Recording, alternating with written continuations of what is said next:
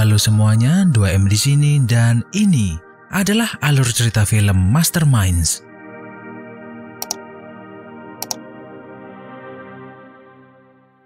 Film ini menceritakan kisah seorang pria bernama David Gant yang bekerja sebagai supir mobil lapis baja di sebuah perusahaan pengantar uang Loomis Fargo.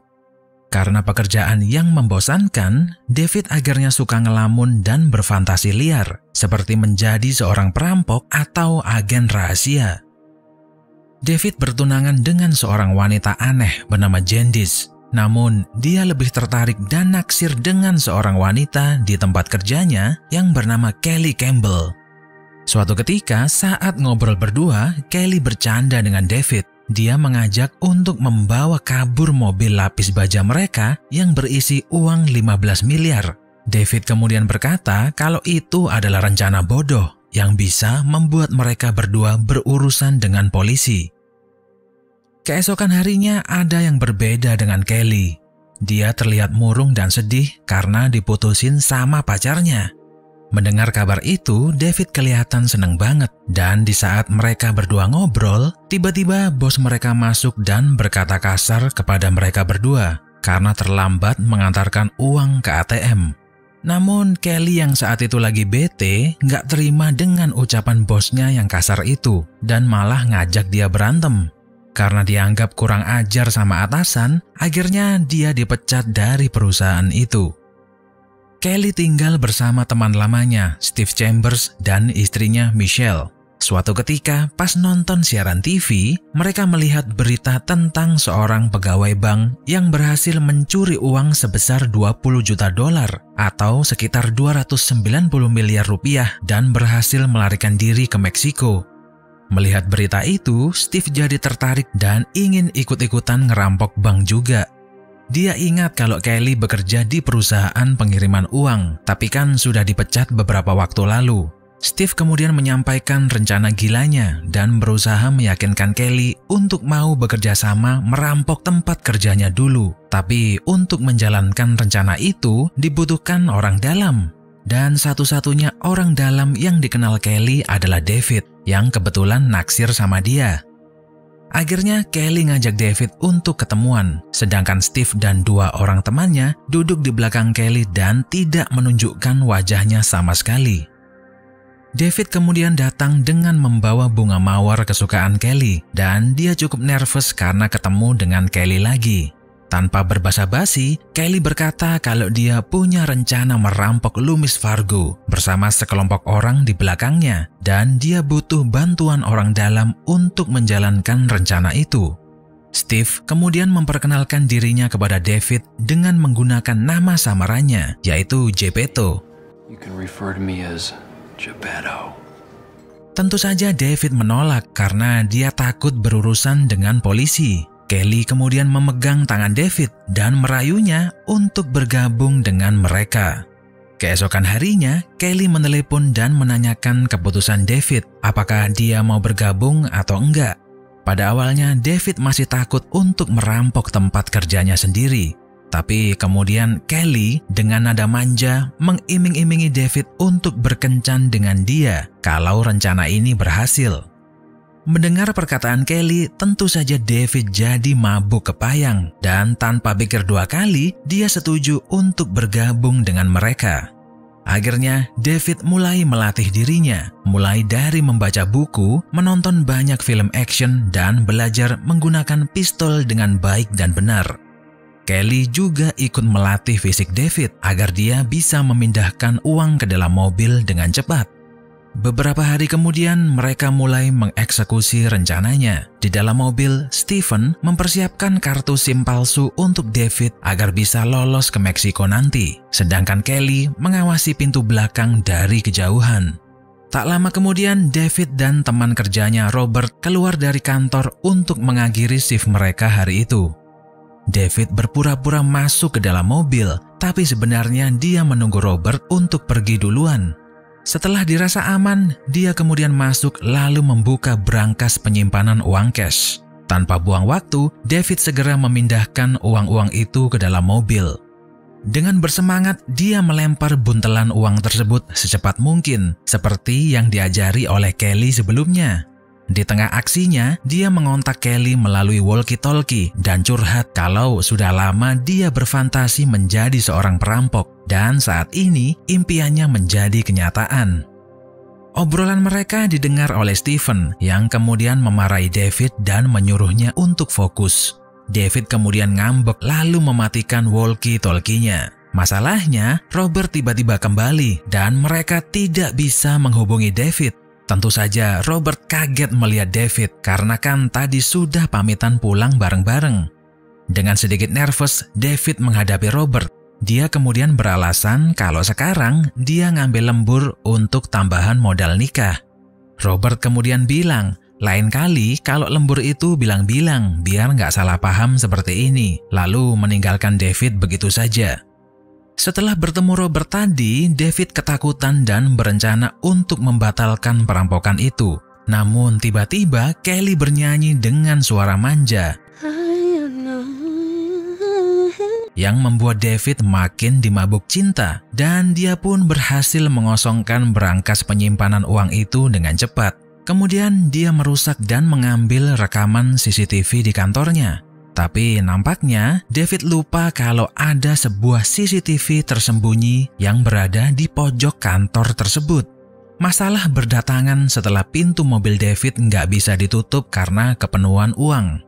Bukannya mengambil bak plastik yang mengganjal pintu itu, dia malah masuk dan merapikannya dari dalam. Alhasil bak plastiknya jatuh dan pintu tak sengaja tertutup terus terkunci dari luar. Untungnya David nggak kehabisan akal. Dia menggunakan tumpukan uang yang dilakban agar bisa menekan pedal gas. David berhasil membawa mobil itu keluar walaupun dengan cara brutal yang hampir membunuhnya.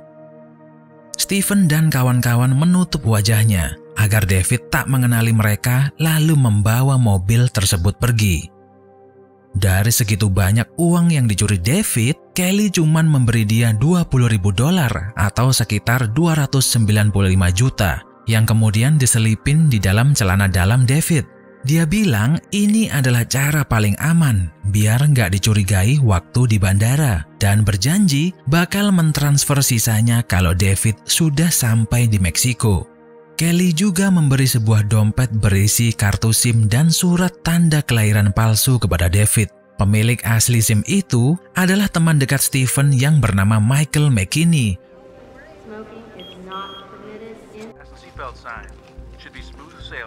Keesokan harinya sesudah sampai, Kelly menghubungi David dan menanyakan tentang kabarnya. Obrolan mereka berdua terdengar oleh Stephen yang ternyata mempunyai rencana jahat, yaitu melaporkan lokasi persembunyian David ke FBI.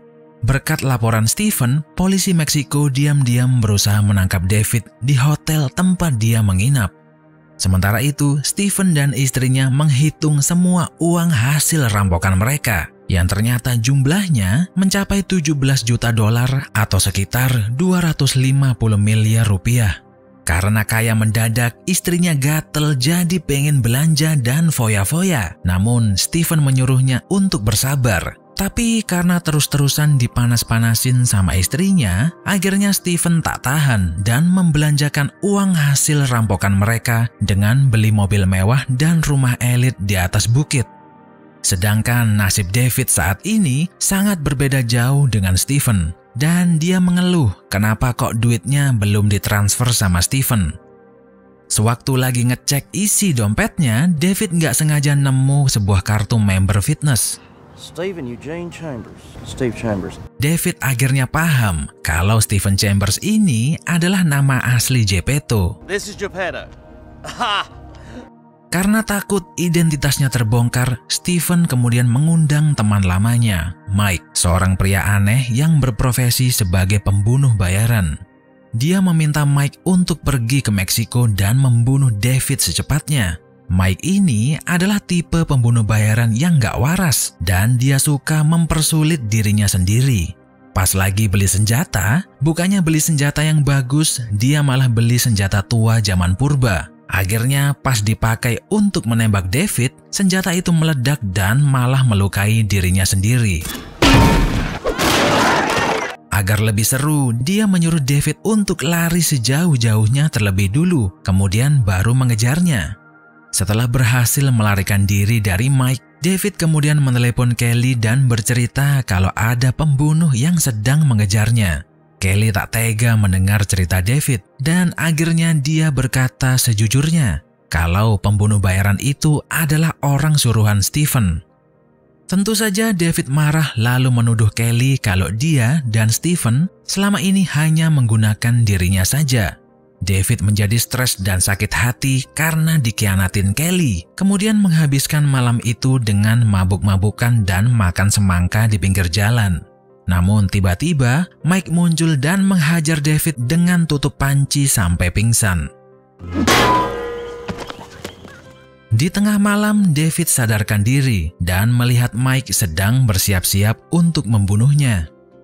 David kemudian menawarkan semua uang di dalam dompetnya kepada Mike agar tak menghabisinya. Ketika Mike mengambil dompet itu, dia tak sengaja melihat SIM dan akte kelahiran palsu David yang bernama Michael McKinney. Mike tambah kaget ketika melihat tanggal kelahiran di akte palsu itu yang menunjukkan tanggal 8 Mei 1961. You were born on May 8, 1961, huh? Ternyata nama asli Mike adalah Michael McKinney dan dia juga kelahiran 8 Mei 1961. David kemudian teringat omongan Kelly kalau pemilik asli identitas ini adalah teman dekat Stephen yang ternyata adalah Mike si pembunuh bayaran.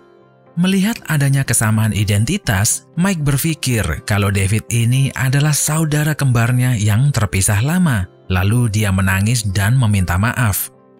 Akhirnya Mike nggak jadi membunuh David. Mereka berdua bersenang-senang seperti kakak adik. Malah ketika David lagi tertidur, Mike sengaja meninggalkan uang jajan untuk dia. Keesokan paginya, David menelepon Stephen dan mengancam akan menyerahkan diri kepada polisi jika dia tidak mentransfer uang sebesar $6 juta atau 88 miliar rupiah dalam 2 hari ke depan. 2 hari kemudian, David mengecek rekeningnya, namun nampaknya Stephen tidak mentransfer uang itu. What? Sementara itu, Kelly merasa bersalah kepada David. Dia menangis dan kepikiran tiap hari. Akhirnya, dia berniat untuk pergi ke Meksiko lalu meminta maaf. Tapi di tengah perjalanan, dia diculik dan disekap oleh Stephen. Dia kemudian menelepon David dan mengancam akan menghabisi Kelly jika David menyerahkan diri ke polisi.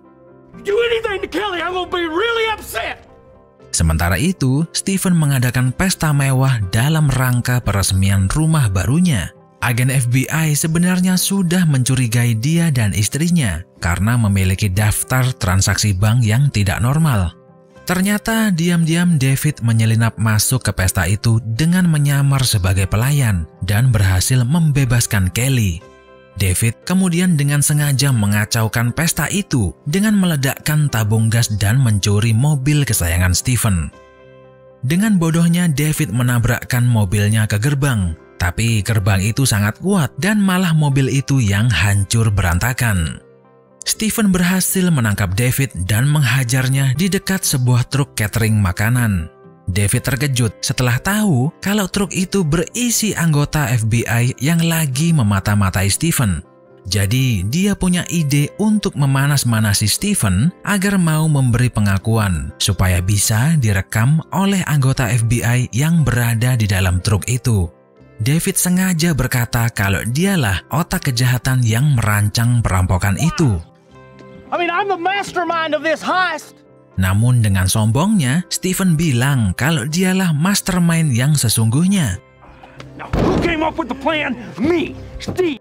Mendengar pengakuan Stephen tadi, agen FBI jadi bahagia dan akhirnya bisa menjebloskan dia ke dalam penjara selama 11 tahun. Sementara David dijatuhi hukuman 7 tahun penjara. Sekian video 2M kali ini, jangan lupa subscribe dan like videonya biar nggak ketinggalan update terbaru dari channel ini. Sampai jumpa di video berikutnya.